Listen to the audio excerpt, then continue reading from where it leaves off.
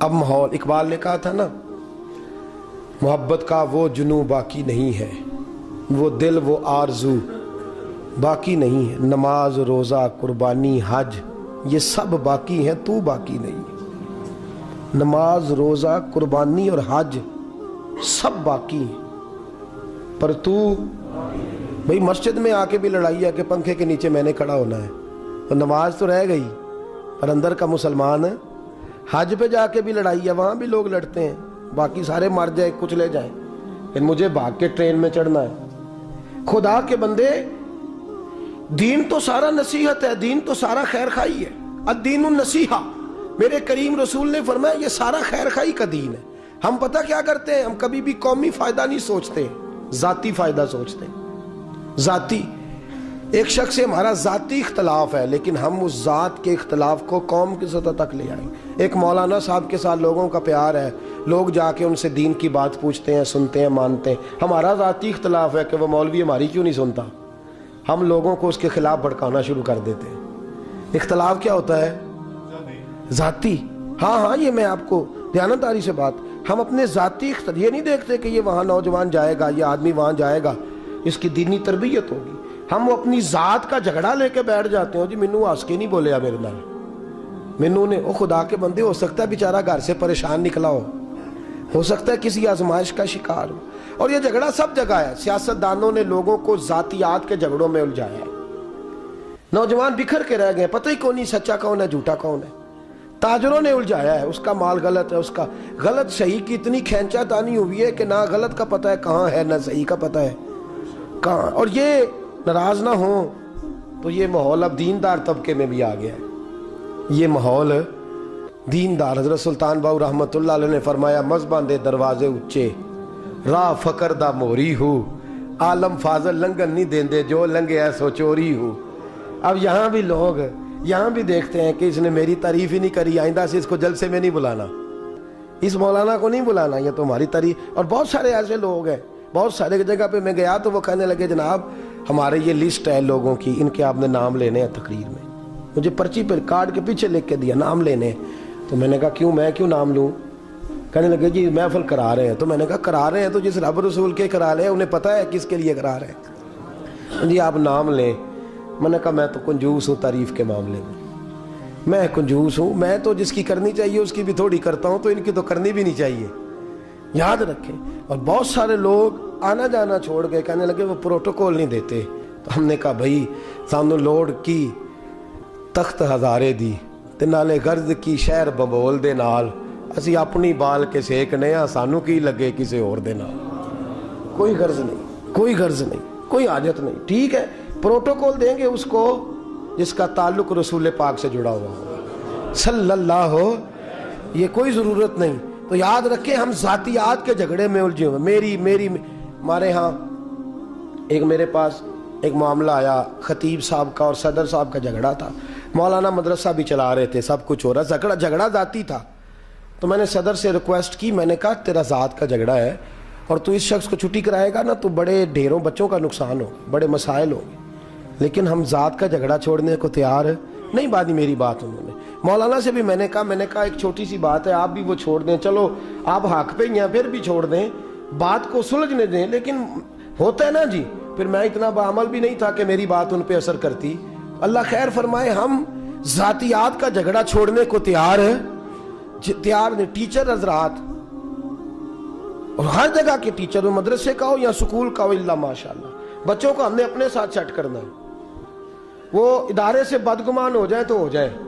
ایک ٹیچر کچھ بچوں کو لے کے چلے گئے ایک جگہ پہ، ایک مدرسے سے 3-4 بچوں کو لے کے اڑے، ایسا ذہن بنایا کہ میرے ساتھ آ کے پڑھو۔ اب وہ جا کے کہاں پڑھیں گے دور علاقے، وہاں بچے بکھر گئے، نہ ادھر کے رہے نہ ادھر کے رہے۔ میں نے ان سے کہا، میں نے کہا کتنا ظلم ہوا، مدرسے کے محتمم کو چاہیے تھا وہ آپ کے ساتھ سلوک کر لیتا، آپ کو بھی چاہیے تھا پیار کرتے۔ جھگڑا آپ دونوں کا ذاتی تھا لیکن نقصان قومی ہوا ہے۔ وہ جو عالم بن رہے تھے وہ رہ گئے، جو حافظ بن رہے تھے وہ، نقصان کس کا ہوا ہے؟ بولیے، ملت کا۔ نقصان کس کا ہوا؟ ملت اسلامیہ کا نقصان۔ ہماری جو ذات ہوتی ہے نا وہ اتنی آڑے آتی ہے کہ ملت کا ہم نقصان کرتے ہیں، ملت اسلامیہ کا نقصان۔ میرے دوستو سڑک بن رہی ہے، زمانہ گزرے گا نا، ایک ٹھیکیدار نے ذاتی فائدہ کیا ہے، उसने सीमेंट थोड़ा डाला है, वो फायदा किसका है? सिर्फ उसका। और वहां खड्डा बनेगा, एक्सीडेंट होंगे, लोग मरेंगे, उसको इस बात से गरज है, उसको जात से गरज। अल्लाह तबारक व तआला माफ करे, जुल्म की हद ये है, इकबाल ने कहा जिन्हें आता नहीं दुनिया में कोई फन तुम हो, अरे बेच खाते हैं जो बुजुर्गों का कफन तुम हो। लोग जाली दवाइयां बेचने लगे, फायदा एक शख्स का, लेकिन उसे ये नहीं पता कि मैं जहर दे रहा हूं और कितने लोग इस जहर से मर रहे हैं। उसने जात बचाई है लेकिन लोगों को उसने तबाह कर दिया है। जात ना बचा, जाते, अगर मेरे महबूब के सहाबा जाते बचाते, तू अमन से जाके तवाफे काबा करता है, तू अमन से जाके मस्जिद नबी में नमाज पढ़ता है, वो भी जात बचाते, वो बदर में शहीद हुए तो तेरे लिए अमन का पैगाम दे गए। लोगों को तो नाम भी याद नहीं होंगे उनके।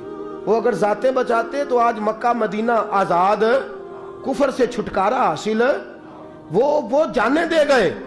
वो अगर जात का सोचते, कहते हमने यहां रहना है, कोई मिल्ली फायदा नहीं हम करते। मिल्ली तवज्जो है आपकी मेरी बात पे? ये हमारे यहाँ लोग महफिलें कराते हैं ना, तो महफिल पे 2 लाख लगाएंगे, लेकिन उसी को कहा जाए ना कि भाई तलबा है मदरसे के, इन बेचारों के पास कपड़े भी नहीं मोटे, गर्मी सर्दी का लिबास भी नहीं, लेकिन वो जो 2 लाख है वो वीडियो में आ रहा है ना, ऐसे ऐसे पैसे छलक रहे हैं। तो ये जो मुट्ठी में तालिब इल्म की खिदमत होगी, ये वीडियो में थोड़ी आनी है। तो लिहाजा इस तरफ तवज्जो, गलत जगह पे हमने मिल्ली नुकसान किया है। नात खान अल्लाह ताला माफ फरमाए, अच्छे लोग भी हैं, लेकिन जाली नात खान, और बल्कि मैं कहता हूं नात खान नहीं, नात का खून करने वाले, नात खून, वो आज अमीर है, पजारों में घूमते हैं, और अल्लामा साहब की बेटी की शादियां तो बेचारे भीख मांग रहे हैं कि मुझे कहीं से 4 पैसे मिल जाएं। ये मिल्ली नुकसान किया हमने। ये लोग पल गए और पूरा माफिया बन गया। मुल्कों में जाते हैं, दौरे करते हैं, सफर होते हैं, इसलिए कि वहां ये सारे तमाशे। यही हाल पीरों का है। अल्लाह तबारक व तआला माफ करे, मुरीदों की खींचातानी या तरबियत का तो मामला ही कोई नहीं। उधर ना जाना, इधर ना आना, फलान ना करना, चक्कर चलाया हुआ है। दीनदार तबके की मुखालफत होती है, कहते हैं मौलवियों के पास ना जाना, वहां गए तो तुम्हें नमाज पढ़ा देंगे, यहीं रहो, हम तो डूबेंगे सनम, तुमको भी ले डूबेंगे। तमाशे लग गए। जाती लोगों ने नफा किया है और मिल्ली नुकसान किया है, और यही हाल खैंचा तानी का हुआ है। इस तरफ आओ, उधर ना जाओ, इस भागम भाग में लोग परेशान हैं। लाहौर के 2 बुजुर्ग थे, ख्वाजा बिलावल कादरी और मियाँ मीर कादरी रहमतुल्लाह ताला अलैह, दोनों बुजुर्ग। औरंगजेब आलमगीर का जमाना। औरंगजेब गया मियाँ मीर के पास, कहने लगा हजरत जी नजराना देना है। फरमाने लगे मैं ये काम नहीं करता, मुझे नहीं आदत। चलो बड़ा खुश हुआ। कुछ दिनों के बाद ख्वाजा बिलावल से मुलाकात हुई, कहा हुजूर नजराना देना, उन्होंने कबूल कर लिया।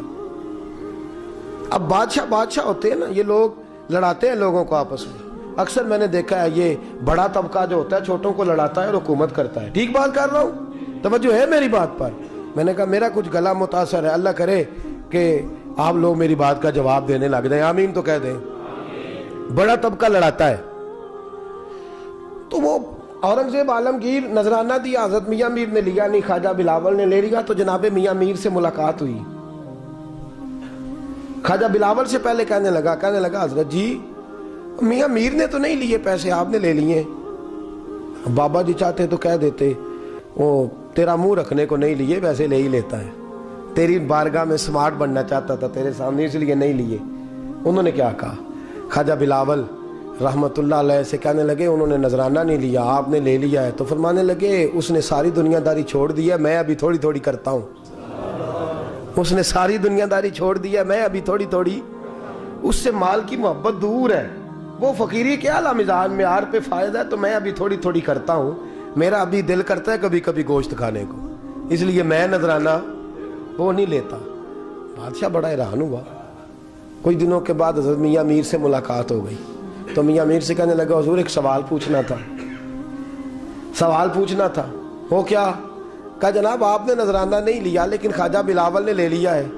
वो चाहते तो कह देते वो दुनियादार पीर है, वो ले ही लेता है, मैं नहीं लेता।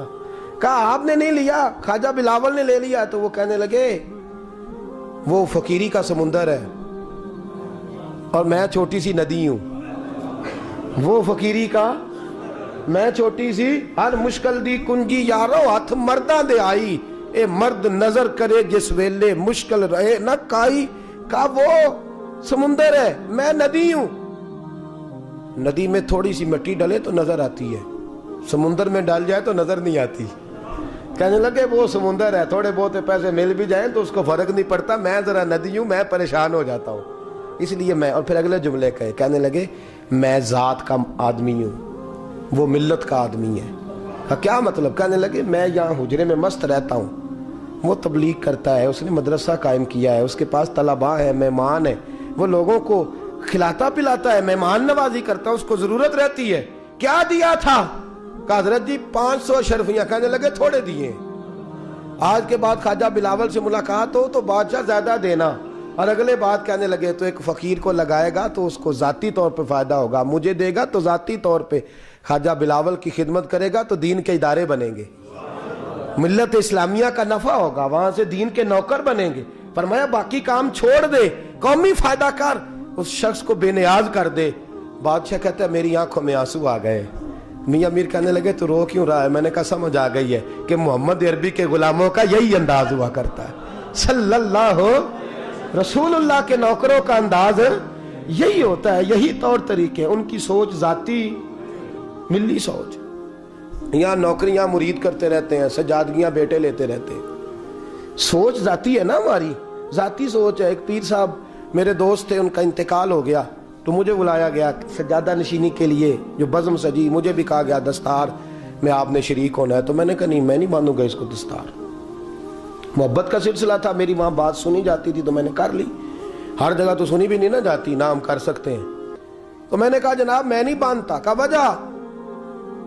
मैंने कहा ये तो दौरे करता था, वो जो मुरीद सारा दिन पैरों में बैठा रहता था हक उसका बनता है, वो जो इनका पखाना और पेशाब तक साफ करता था ना, वो सज्जादगी के काबिल है, उसे लाओ उसकी दस्तार करते। और मैंने कहा याद रखो, जब हम मिली फायदा, हम बड़े बड़े मराकज हमारे बुजुर्गों ने कायम किए, लेकिन वो जिस सज्जादे के हाथ आए वो नाहल था, नाहल था, और वो मराकज तबाह हो गए।